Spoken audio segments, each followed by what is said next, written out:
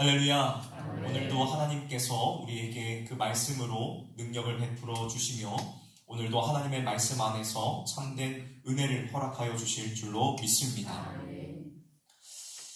오늘 함께 말씀을 읽으면서 뭔가 이상함을 느끼지 못하셨습니까?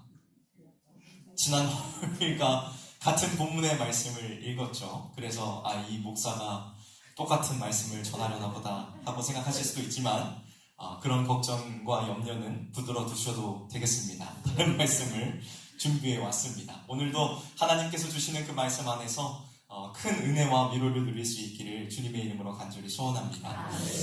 어느덧 2025년도도 10월에 접어들었습니다. 날씨도 제법 쌀쌀해져서 새벽 기도에 나오시는 여러분들의 옷차림들도 꽤나 두툼해졌음을 보게 됩니다. 한 해를 시작하면서 이것만큼은 꼭 이루리라 굳은 다짐들도 여럿 했었던 것 같은데 그 일들을 미처 다 이루지 못하고 벌써 결산할 시기를 맞이하게 된다고 생각하니 마음이 여간 싱숭생숭한 것이 아닙니다. 어찌나 시간이 빠르게 흐르는지 고속도로를 달리는 차 안에서 창밖을 볼 때에 순식간에 지나쳐가는 나무와 풍경들을 보는 것만 같습니다. 지난 한 해를 되돌아보니 잘한 일은 없고 부족하고 잘못한 일들만이 떠오르며 가치 있는 곳에 시간을 사용한 것이 아니라 아무것도 한 것 없이 허송세월만을 보낸 것 같습니다. 세상은 빠르게 변화되고 달라지는 것 같은데 나는 아무런 발전 없이 그냥 그 자리에 머물러 있고 오히려 도태되는 것만 같은 기분마저 듭니다.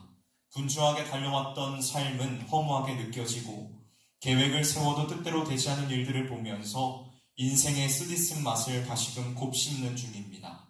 가정과 직장 그리고 삶에서 앞으로 무엇을 해야 할지 또 어디로 나아가야 할지 참으로 막막하고 불안합니다. 조금이라도 앞날을 알 수만 있다면 이토록 마음이 무겁지는 않을 텐데 잠시 후일도 알 수가 없어 인생의 짐이 가지고 있는 그 무게감에 또다시 짓눌리고 있는 오늘입니다. 오늘 우리가 이러한 삶을 살아갑니다. 본문에서는 이러한 연약함 속에 있는 우리 모든 인생들에게 이러한 말씀으로 교훈합니다. 사람이 마음으로 자기의 길을 계획할지라도 그 걸음을 인도하시는 이는 여호와시니라. 이 말씀의 의미를 이 시간 우리가 함께 깊이 생각하면서 하나님의 그 어미로우신 말씀 안에서 우리가 힘과 용기 그리고 지혜를 얻을 수 있기를 주님의 이름으로 간절히 소원합니다. 잠언은 하나님의 백성들에게 지혜로운 삶을 가르치기 위하여 기록된 책입니다. 특별히 10장부터 29장까지에는 이스라엘 백성들을 위한 짧은 경구, 솔로몬의 간략한 지혜의 말씀들이 담겨져 있습니다. 이 안에는 인생관이나 개인의 성품과 같은 추상적인 문제들로부터 시작하여 가정과 사회생활, 그리고 노동과 같은 다양한 주제들의 말씀들이 담겨져 있습니다. 그렇다면 오늘 우리가 함께 읽은 이 잠언 16장의 주제는 무엇일까요? 한마디로 요약하면 하나님의 주권입니다. 잠언 16장 1절에서 9절까지의 말씀을 자세히 들여다보면 8절을 제외하고 모두 여호와라는 단어가 들어가 있음을 보게 됩니다. 솔로몬은 하나님의 주권과 사람의 인생을 연결지으면서 우리의 삶의 모든 영역에 하나님의 주권이 미치고 있음을 보여주고 있는 것입니다.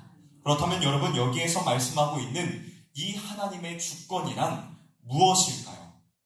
주권이라는 이 단어에는 주인이라는 의미가 담겨져 있습니다. 다시 말해서 하나님의 주권이란 하나님께서 우리의 삶의 주인이 되시며 주인으로서 모든 일들을 행하실 만한 권위와 능력이 있음을 말씀해주고 있는 것입니다.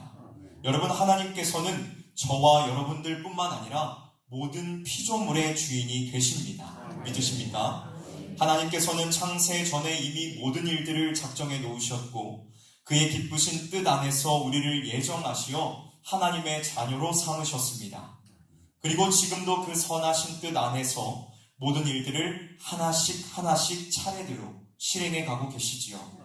하나님께서는 모든 일을 자신의 거룩한 뜻에 따라 행하실 만한 충분한 능력이 있으십니다. 심지어는 그 사단마저도 하나님의 주권적인 허용함이 아니면 무력할 따름입니다. 그러나 문제는 우리가 하나님의 뜻을, 이러한 하나님의 뜻을 알지 못한다는 데에 있습니다. 하나님께서는 영원전에 가장 지혜롭고 거룩하신 그분의 뜻을 따라 장차 되어질 일들을 확고하게 정하셨지만 우리의 자그마한 머리로는 그 뜻을 도무지 헤아릴 수가 없다는 것입니다. 그래서 때때로 우리의 삶에 찾아오게 되는 여러 가지의 문제들 앞에 좌절하고 낭망하며 이유를 알 수 없는 어려움들 앞에서 하나님이 계시느냐고 끊임없이 반문하며 절망하게 되는 것이죠. 여러분, 우리는 우리의 삶의 주인이 나라는 크나큰 착각 속에 빠져 살아갈 때가 참으로 많습니다. 그래서 마치 동화 속의 해피엔딩을 맞이하는 주인공처럼 늘 행복한 일들만이 우리의 삶 속에 가득하기를 꿈꾸죠. 하지만 하나님께서는 우리의 이러한 행복한 상상을 완전히 산산조각내 버리십니다. 어떻게요? 여러 가지의 시련과 환난, 어려움을 우리 앞에 두심으로 말이죠.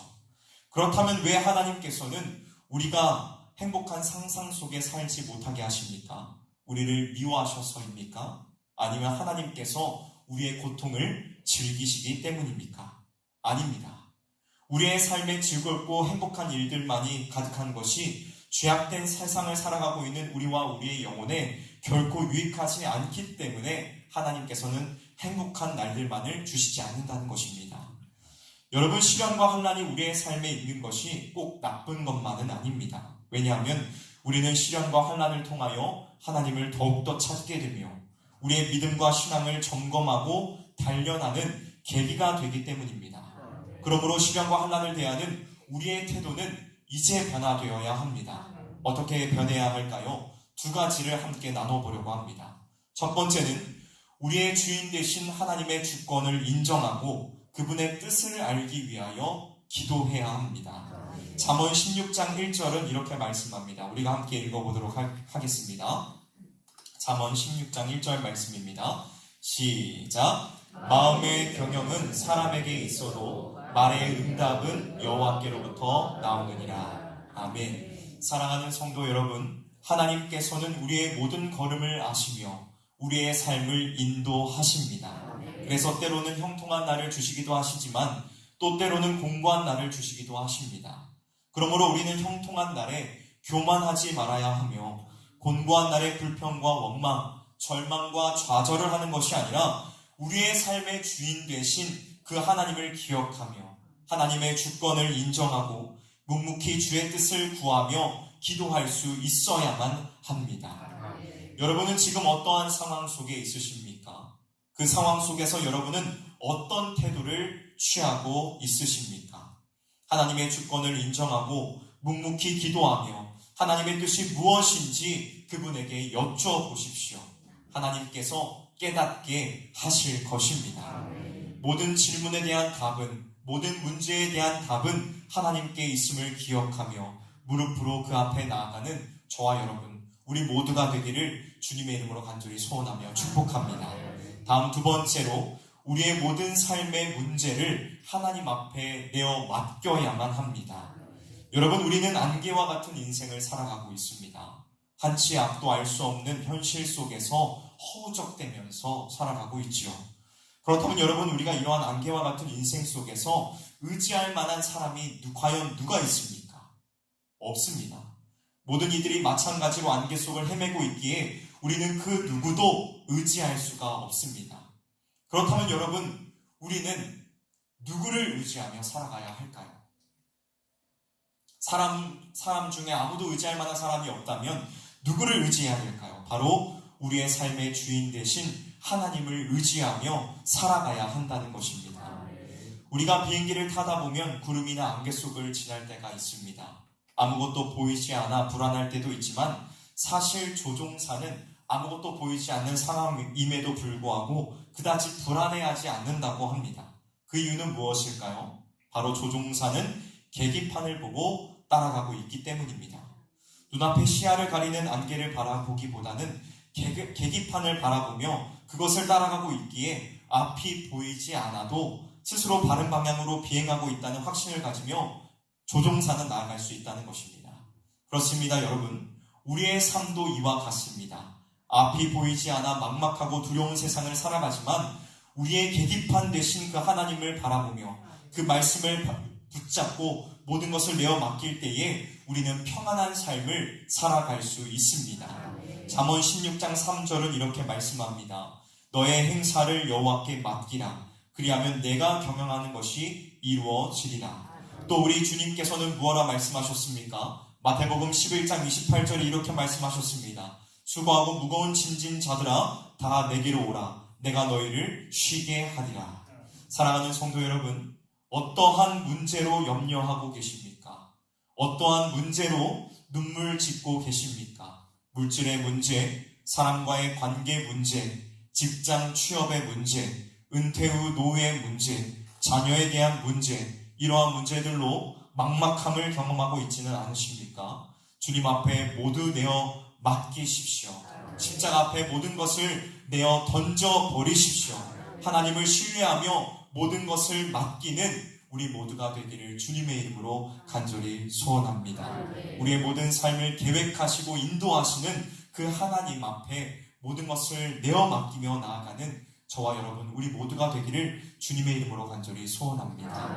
말씀을 마무리하도록 하겠습니다. 주님, 여러분, 우리가 믿고 의지할 분은 주님밖에 없습니다. 하나님 한 분밖에 없습니다. 오늘 두 가지의 기도 제목을 나누며 함께 마치기를 원합니다. 첫 번째는 우리의 삶의 주인이 되시는 그 하나님을 더욱더 의지하게 하옵소서라는 기도로 우리가 나아가기를 원합니다. 두 번째는 우리의 삶에 있는 그 모든 문제들을 주님 앞에 내어 맡기며 나아갈 수 있도록 도와달라고 우리의 믿음을 위하여 간구하는 이 시간이 되기를 주님의 이름으로 간절히 소원합니다. 기도하도록 하겠습니다.